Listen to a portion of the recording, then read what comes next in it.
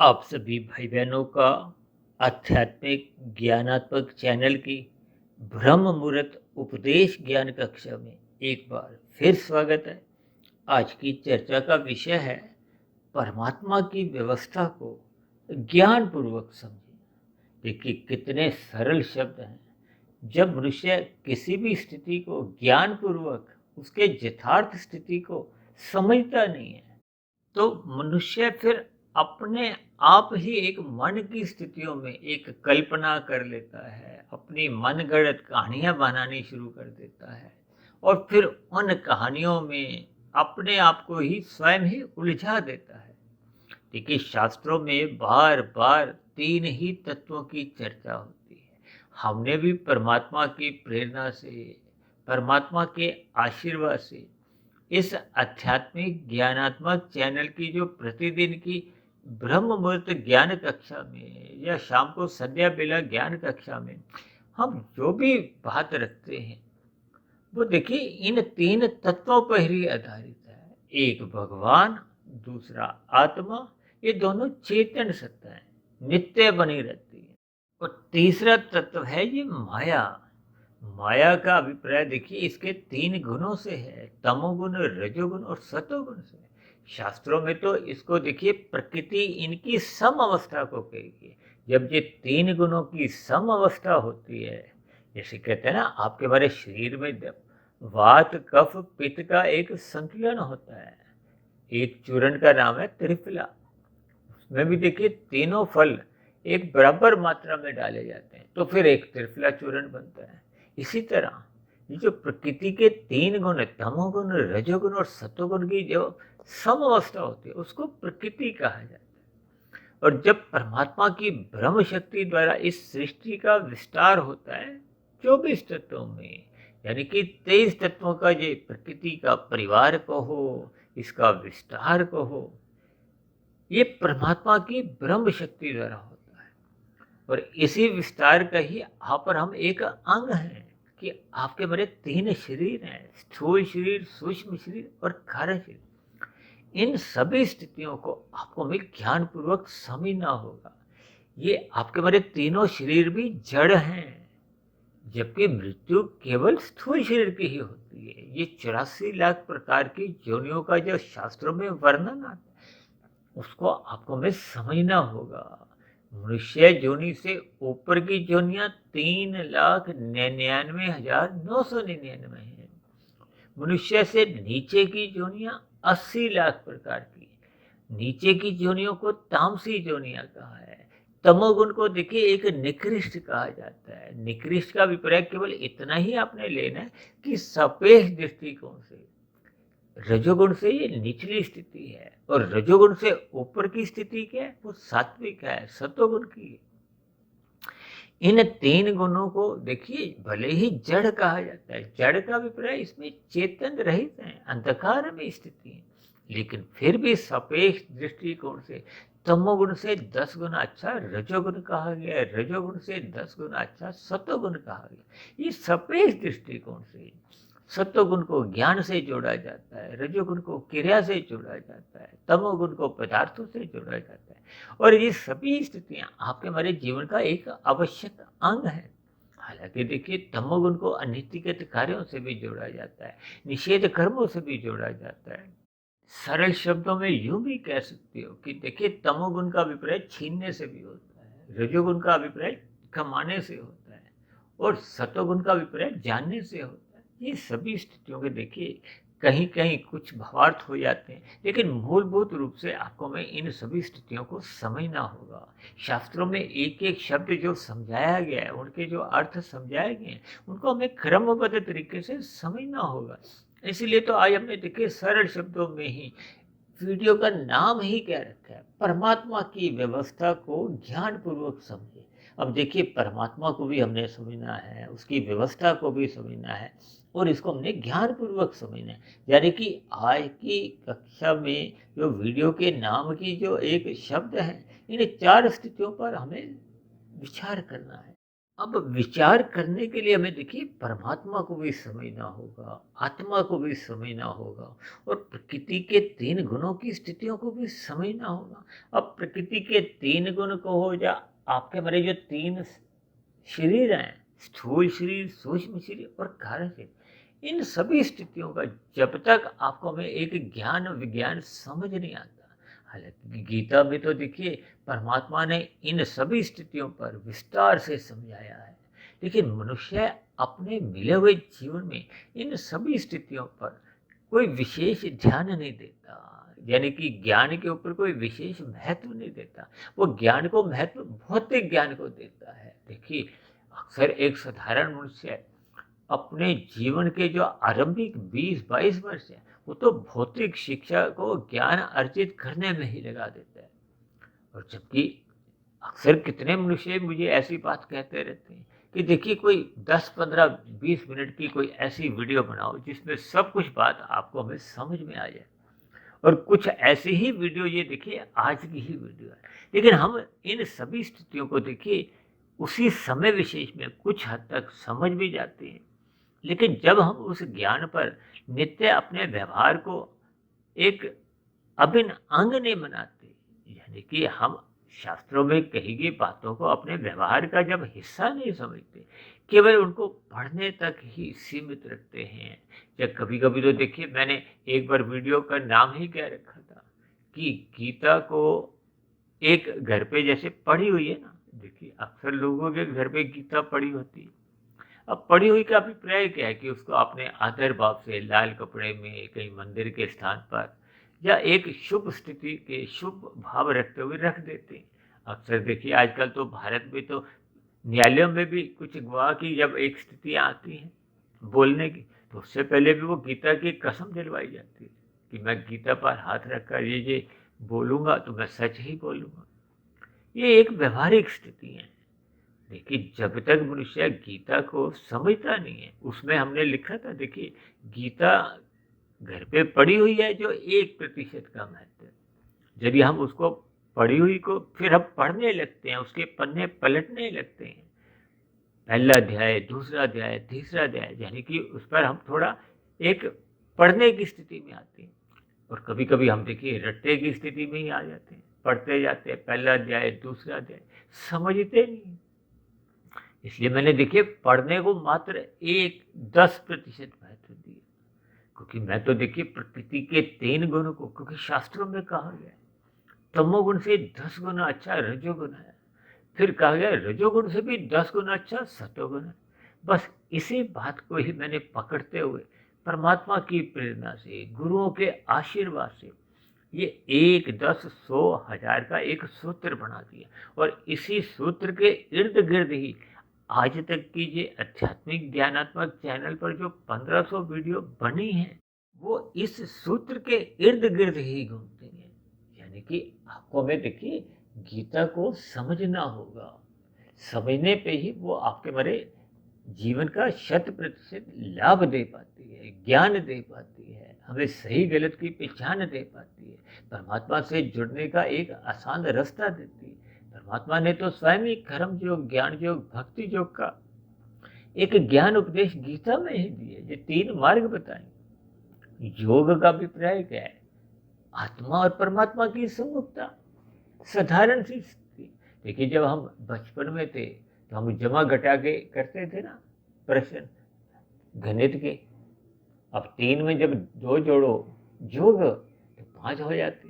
इसी तरह आत्मा और परमात्मा का योग, मिलन, सम्मुखता, ये सब एक ही बातें हैं। ये कर्म योग, ज्ञान योग, भक्ति योग, इनको हालांकि हम देखिए अलग अलग स्थितियों के हिसाब से इनको भी हम देखिए कर्म योग से और बढ़िया ज्ञान योग की आगे की स्थिति आती है, ज्ञान योग से और ऊंचली स्थिति देखिए भक्ति योग की। ये अलग अलग भावार्थों में कही जाती है। इसलिए हम देखिए स्थूल शरीर से सूक्ष्म शरीर, कारण शरीर, इनको भी हम 1, 10, 100 से जोड़ देते हैं, क्योंकि कारण शरीर आपका हमारा एक स्थूल शरीर का निर्धारण करता है।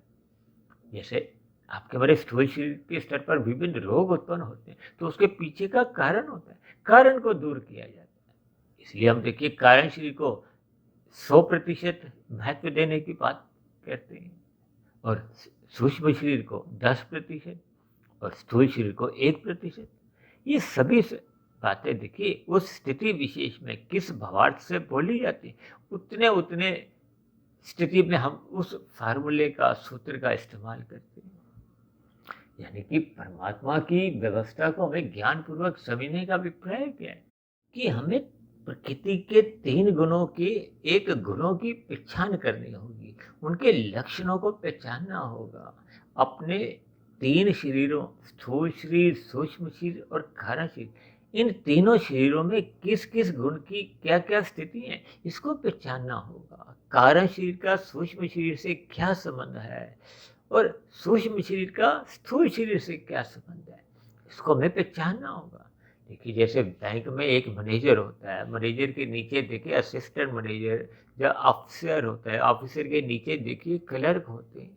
तो इन सभी के संबंध को हम अलग अलग पहचानते हैं। यानी परमात्मा की संपूर्ण व्यवस्था को समझने के लिए हमें परमात्मा को भी समझना होगा, परमात्मा के दिव्य गुणों को समझना होगा, आत्मा की जो मूल स्थिति है उसकी स्थिति को समझना होगा। हालांकि शास्त्रों में तो एक बात और कही है कि ये तीनों तत्व नित्य हैं, इनको किसी ने भी बनाया नहीं है, इसीलिए इनको सनातन भी कहा जाता है, अनादि भी कहा जाता है, प्रवाह से कह दिया जाता है। ये प्रवाह में चलते आ रहे, कोई कब से बने ऐसा कुछ नहीं है। अनादि अनादि अनादि सनातन, जो मर्जी आप समझो। यानी कि इसका कोई भी एक कारण नहीं है, जिसका कारण नहीं होता शास्त्रों में उसके लिए एक शब्द प्रवाह शब्द कहा जाता है। और हम भी उसी शब्द को देखिए प्रवाह में एक बोलते जाते हैं। परमात्मा की संपूर्ण व्यवस्था को हम तब तक नहीं समझ सकते जब तक हम देखें इन तीनों तत्वों को ज्ञानपूर्वक नहीं समझते। जब हम ज्ञानपूर्वक समझ जाएंगे तो फिर आपके हमारे व्यवहार में ये जो निश्चित कर्म होते हैं, पाप कर्म होते हैं, ये होने अपने आप ही बंद हो जाएंगे। क्यों? क्योंकि फिर हम अपने स्वयं के हित के लिए जो जो स्थितियां होंगी या शास्त्र जो जो आपको हमें मार्गदर्शन करते हैं, हालांकि शास्त्रों में तो पहले से ही कहा गया कि हम सभी आत्मा को तो देखिए पहले से ही ज्ञान है। हम और आप ये जो वीडियो प्रतिदिन सुनते हैं, ये ज्ञान लेने के लिए नहीं, ये अज्ञानता मिटाने के लिए। हालांकि दोनों के अर्थ एक ही है। अब प्रश्न उठता है कि हमारे आपके भीतर में अज्ञानता जन्म कैसे लेती है? देखिए इसका उत्तर हमें ढूंढना होगा प्रकृति के विषय भोगों में। देखिए प्रकृति के जितने भी विषय भोग हैं वो तो अपने आप में ही देखिए जड़ कहलाते हैं। जब चेतन तत्व जड़ का संग करता है तो फिर वो परमात्मा से विमुख हो जाता है। देखिए हम दो स्थितियों में सम्मुख नहीं हो सकते। आपकी हमारी स्थिति क्या है? देखिए मन की कहो, बुद्धि की कहो, वो एक ही स्थिति में देख पाती है। हम जब माया की तरफ देखते हैं तो हम परमात्मा से विमुख हो जाते हैं। तब ऐसी स्थिति विशेष में क्या हालत होती है हमारी?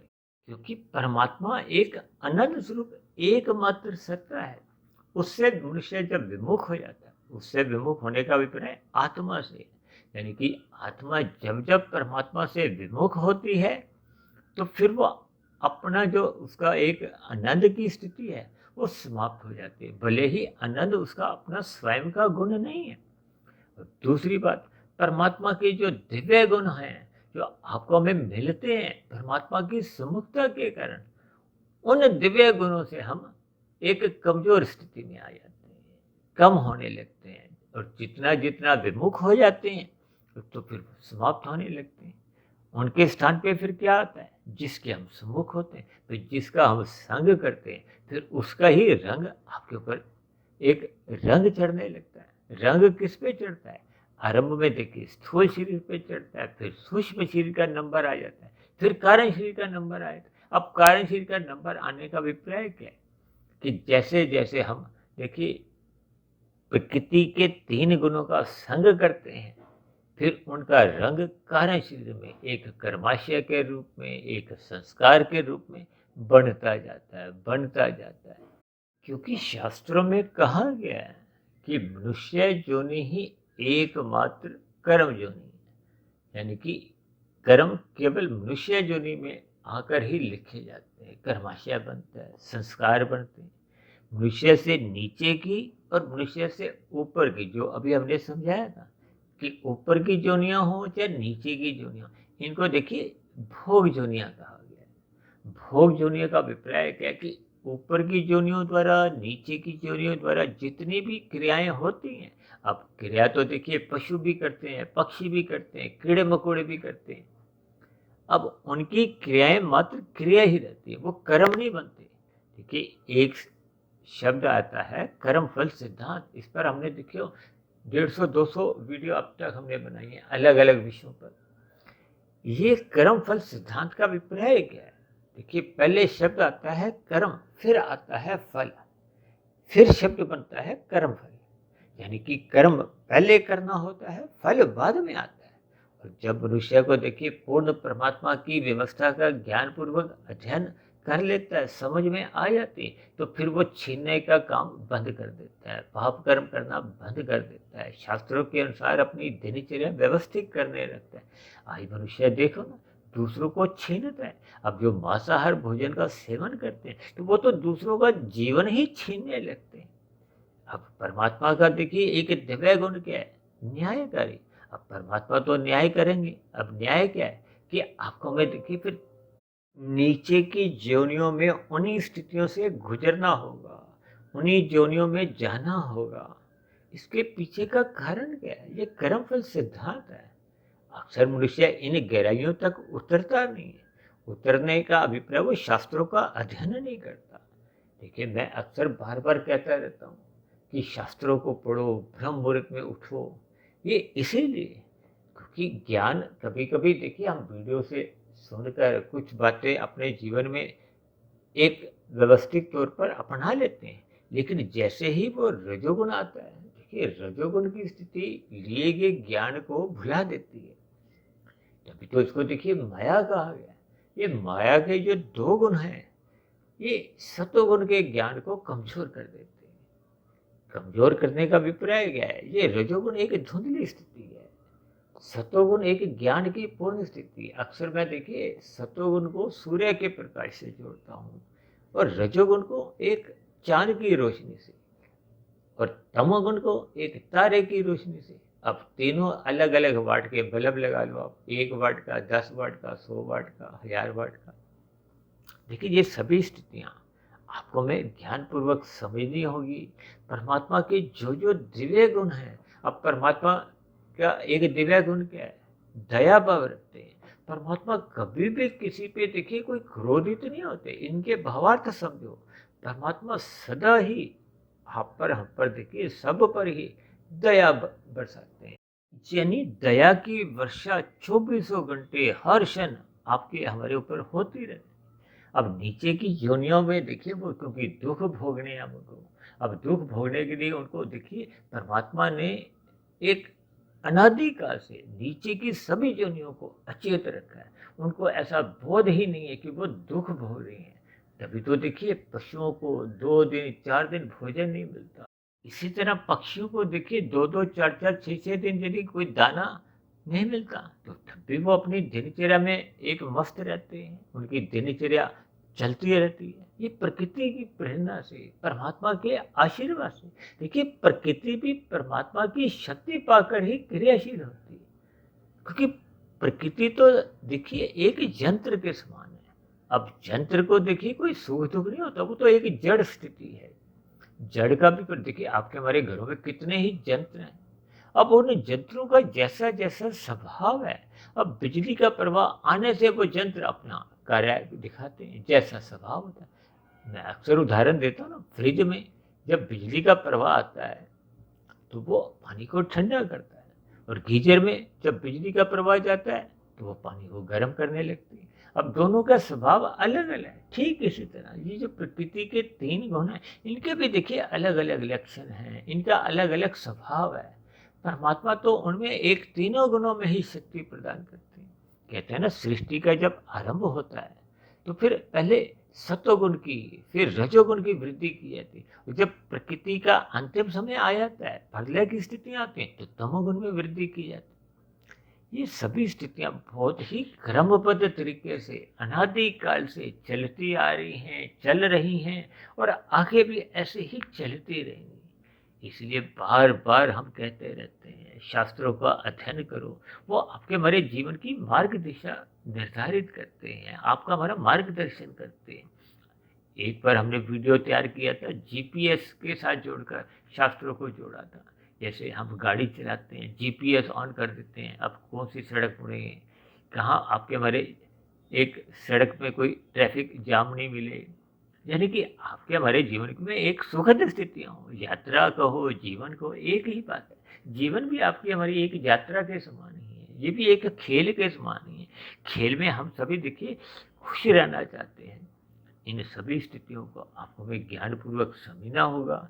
यानी कि जब तक हम प्रकृति के जो 3 गुण हैं, उसमें हम सतोगुण का अधिक संग करते हैं, रजोगुण का एक संग केवल अपनी आवश्यकताओं की पूर्ति के लिए करते हैं और तमोगुण का संग नींद लेने के लिए करते हैं, तो फिर आपके हमारे जीवन में कोई अव्यवस्था नहीं होती, कोई बुरे काम नहीं होते। हम ये जो हमारा आपका जो कर्माशय है वो बिगड़ता नहीं है, संस्कार बिगड़ते नहीं हैं और हम साधना में एक कार्यरत हो जाते हैं। साधना करते करते फिर आपके हमारे जीवन में एक रसमय स्थितियाँ बनती हैं, आनंदमय स्थितियाँ बनती हैं।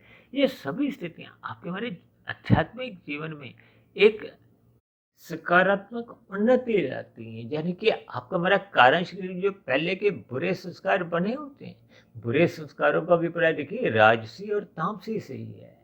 तामसी बुरे संस्कारों को मल से जोड़ा जाता है, राजसी बुरे संस्कारों को एक विक्षेप से जोड़ा जाता है। ये विक्षेप होने से यानी कि रजोगुण की स्थितियां ही फिर सतोगुण में मन टिकने नहीं देती, मन एकाग्र हो नहीं पाता। तभी तो देखिए राजसी मनुष्य जब जब सत्संग करते हैं, उनका जो ध्यान है वो परमात्मा की ओर ना होकर विषयों में होता है। ऐसे मनुष्य देखिए सत्संग करते हुए दिखाई देते हैं। अक्सर देखिए शास्त्रों में बार बार कहा गया ना, कर्म कांड करो, ज्ञान पूर्वक करो। जब हम भय से या लोभ से करते हैं तो ये राजसी स्थितियाँ ही होती हैं। तब ऐसी स्थितियों में वो शुभ संस्कार बनते नहीं। अक्सर हम बार बार कहते हैं ना, इन कर्म कांडों को एक कर्मबद्ध तरीके से करते रहने से भी आपकी हमारी सात्विक स्थिति मजबूत होती है। और सात्विक स्थिति जितनी अधिक मजबूत होती है, तो फिर कर्म योग, ज्ञान योग, भक्ति रूपी जो इमारतें हैं, वो उस सात्विक जमीन पे खड़ी हो पाती हैं, टिक पाती हैं। देखिए, जब तक मनुष्य निष्काम भाव से कर्म करना आरंभ ही नहीं करता, निष्काम भाव से कर्म करना ही अपने आप में देखिए एक कर्तव्य को निभाने से है। आपकी हमारी आवश्यकताओं की पूर्ति के लिए जो आप सकाम भाव से कर्म भी करते हैं, उनको भी शास्त्रों में देखिए निष्काम भाव की ही संज्ञा दी गई है। इन सभी स्थितियों को जब हम क्रमबद्ध तरीके से अपने जीवन में करते जाते हैं, तो आपके हमारे जीवन में पाप कर्म सहज ही समाप्त हो जाते हैं। तब ऐसी स्थितियों में मनुष्य सदा ही निष्काम भाव से ही कर्म करता है, जिसका उपदेश स्वयं भगवान श्री कृष्ण जी ने गीता में अर्जुन के माध्यम से आपको हमें दिया है। इन सभी स्थितियों को जब मनुष्य अपने कर्तव्य समझता है, यानी कि अपने 5 भोगे विषय, ये जो 5 घोड़े हैं भोगे विषय के, इनके जो एक लगाम है, यानी कि अपने रजोगुण को सतोगुण की लगाम से वो नियंत्रण में रखते हैं, गुरुओं की आज्ञा में रहते हैं, शास्त्रों में कही गई बातों का अनुकरण करना अपना स्वभाव बना लेता है और परमात्मा की फिर स्मृति सहज ही बनी रहती है। परमात्मा की स्मृति बने रहने से ही फिर वो सतोगुण अपनी शुद्ध अवस्था में आपके हमारे मन मस्तिष्क पे बना रहता है, रजोगुण फिर मर्यादा में रहता है और तमोगुण का संग मात्र हम नींद लेने के लिए ही करते हैं। अभी हमने कुछ दिन पहले देखिए एक ब्रह्म मुहूर्त उपदेश कक्षा में एक क्लेश युक्त जीवन की स्थितियों पर वर्णन किया था, जिसमें मनुष्य का देखिए सतोगुण मात्र 1% ही रह जाता है और रजोगुण और तमोगुण का ही देखिए शेष 99% होने से फिर आपके हमारे जीवन में देखिए क्लेश बढ़ते जाते हैं, पाप की स्थितियां बढ़ती जाती हैं और फिर बढ़ने के बाद फिर अधोगति की स्थितियां बनती हैं। इसलिए हम सभी भाई बहनों को अपने मिले हुए जीवन के उद्देश्य को समझना होगा। यानी कि मिले हुए जीवन में हम जैसे जैसे कर्म करते हैं, जैसे हम परीक्षा में देखिए बैठते हैं, जो जो हम लिख कर आते हैं उसी के ही नंबर मिलते हैं। ठीक इसी तरह मनुष्य अपने मिले हुए जीवन में जैसे जैसे कर्म करता है, जैसा जैसा स्वभाव बनाता है, फिर उसकी स्थितियाँ मरने के बाद वैसे ही बनती हैं। यानी कि आपका मेरा जो अगला जन्म का निर्धारण है, वो इस मिले हुए जीवन में जैसी-जैसी मरते समय स्थितियाँ होती हैं। हमने एक वीडियो 3 साल पहले बनाया था, मनुष्य के मरने के बाद का अगला जन्म, वो वैसे 3 घंटे का वीडियो था। उसपे हमने विस्तार से इन सभी स्थितियों पर चर्चा की। कुल मिलाकर हम सभी भाई-बहनों को अपने मिले हुए जीवन में सत्संग करते रहना होगा, ब्रह्म मुहूर्त में उठकर परमात्मा का ध्यान लगाते हुए अपने ज्ञानमय स्थिति को बरकरार रखना होगा। जब जब हम विषय भोगों का अमर्यादित संग करते हैं, तो प्रकृति के जिस-जिस गुण का हम जितना जैसा संग करते हैं, जब हम सत्संग करते ही नहीं है तो रजोगुण की स्थितियों में आते हैं। रजोगुण की स्थितियों में आने के कारण ही आपका हमारा ज्ञान फिर धुंधला होता है। फिर हमें सही गलत की उतनी पहचान नहीं होती। तो फिर जब हम रजोगुण तेजी से अपना बिताते हैं, यानी कि हम क्रियाएँ अधिक करते हैं, ज्ञान होता नहीं, तो उसमें संभावना है तमोगुण में गिरने की, यानी कि पाप कर्मों की प्रधानता होने लगती है, जो आपका हमारा कर्माशय बिगाड़ती है। जब जब मनुष्य देखिए रजोगुण से भी फिर जब नीचे की स्थितियों में तमोगुण में गिर जाता है, यानी कि उसके जीवन में अर्थ और काम अमर्यादित हो जाते हैं, वो ऐसी स्थिति में उसका धर्म प्रथम स्थान से हट जाता है, जबकि 4 पुरुषार्थ धर्म, अर्थ, काम, मोक्ष कहे गए, जिसमें धर्म प्रथम स्थान पे रहने से ही फिर अर्थ और काम एक मर्यादा में रहते हैं, धर्मानुसार रहते हैं। तो फिर मनुष्य कोई कोई पाप कर्म नहीं करता। देखिए ये सभी स्थितियों को हम जितना जितना कर्मबद्ध तरीके से समझते जाएंगे, तो फिर मनुष्य में देखिए ये पशु वृत्तियाँ जो आहार, मैथुन, निद्रा, भय की हैं, इनसे मनुष्य बच जाता है। यानी कि सत्संग करना आपके हमारे जीवन का एक अनिवार्य स्थिति है। यदि मनुष्य सत्संग नहीं करता, सत्संग को महत्व नहीं देता, सतोगुण की प्रशंसा नहीं करता और रजोगुण के प्रति कोई एक उदासीन नहीं रहता। देखिए जब हम रजोगुण को रस बुद्धि लेकर उछल कूद करते हुए उसको भोगते हैं, तो फिर मनुष्य ना चाहते हुए भी तमोगुण में गिर जाता है, क्योंकि तमोगुण और रजोगुण पास-पास हैं। अक्सर हम इनको देखिए पड़ोसी भी कहते हैं। इन सभी स्थितियों का देखिए हम जितना जितना ज्ञानपूर्वक अध्ययन करेंगे, उतनी उतनी फिर बातें आपको मैं सूक्ष्म स्तर पर समझ में आने लगेंगी। क्योंकि आज की वीडियो भी फिर बहुत अधिक लंबी होने का मुझे एक भय बना रहता है, क्योंकि चर्चा का तो देखिए कोई अंत नहीं है, लेकिन फिर भी हम परमात्मा की व्यवस्था को हम जितना जितना ज्ञानपूर्वक समझते हैं, हमें परमात्मा के दिव्य गुणों पर अपनी एक चिंतन करते रहना चाहिए। अपनी स्थिति जो कि हम ज्ञान स्वरूप सत्ता है, हमें अपनी स्थिति का बोध रहना चाहिए। आपका हमारा ज्ञान जब बना रहता है, तो फिर परमात्मा के आनंद की झलकें मिलती रहती हैं। यानी कि आपकी हमारी आध्यात्मिक उन्नति सहज ही एक स्थिति में बनी रहती है। और जब जब हम माया के सम्मुख अधिक होते हैं, और वो भी देखिए रजोगुण और तमोगुण में, तो फिर आपकी हमारी स्थितियाँ बिगड़ने की संभावनाएँ होती हैं। क्योंकि रजोगुण से सतोगुण के लिए देखिए एक दूरी है, इसलिए तो कर्मकांड रचेगी। ये कर्मकांड इसलिए रचेगी कि मनुष्य सतोगुण में जाता रहे और वहाँ टिके, टिक कर फिर आध्यात्मिक यात्रा की ओर अग्रसर हो। और यदि मनुष्य कर्म कांडों को भी लोभ से भय से करता है, तो फिर वहाँ सतोगुण में जाता है, मेहमान बन के फिर वापस आ जाता है रजोगुण में। और रजोगुण और तमोगुण में ही उसकी उछल कूद बने रहने से उसका देखिए पाप कर्मों का कर्माशय एक बढ़ने की संभावनाएं अधिक होती है, जिसके फलस्वरूप मनुष्य की मरने के बाद ये जो नीचे की 80 लाख प्रकार की योनियों का जो एक बिगड़ा हुआ अनुपात है, ये देखिए फिर आपको मैं यही एक इशारा करता है, संदेश देता है कि मनुष्य अपने मिले हुए जीवन में पाप कर्म अधिक कर जाता है। इन सभी स्थितियों पर आपको हमें विचार करना होगा। विचार करने के लिए आपको हमें देखिए रात को जल्दी सोना होगा, सुबह ब्रह्म मुहूर्त में उठकर इन सभी स्थितियों पर आपको हमें ज्ञानपूर्वक चिंतन करना होगा। तो ऐसा चिंतन आप सभी भाई बहनों भी अपने जीवन में करते रहें, ताकि हम पाप कर्मों से भी बचें, परमात्मा की व्यवस्था में आपका हमारा ज्ञान बढ़ता जाए, ताकि हमारा मिला हुआ जीवन एक सार्थक दिशा पकड़ ले, आध्यात्मिक उन्नति की ओर सहज ही अपना एक लक्ष्य बना ले। तो ऐसी सभी शुभ स्थितियाँ आप सभी भाई बहनों के जीवन में जल्द से जल्द बनने लगे। इन्हीं शब्दों के साथ चर्चा विशेष को यही विश्राम देते हैं। शाम को फिर मिलते हैं संध्या बेला ज्ञान कक्षा में। तब तक आप अपने आध्यात्मिक मित्र सुधीर भाटिया फकीर को इजाज़त दें।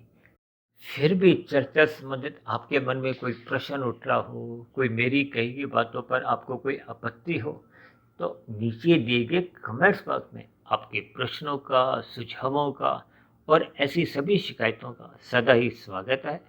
चर्चा विषय को ध्यानपूर्वक सुनने के लिए आप सभी भाई बहनों का भी बहुत बहुत धन्यवाद।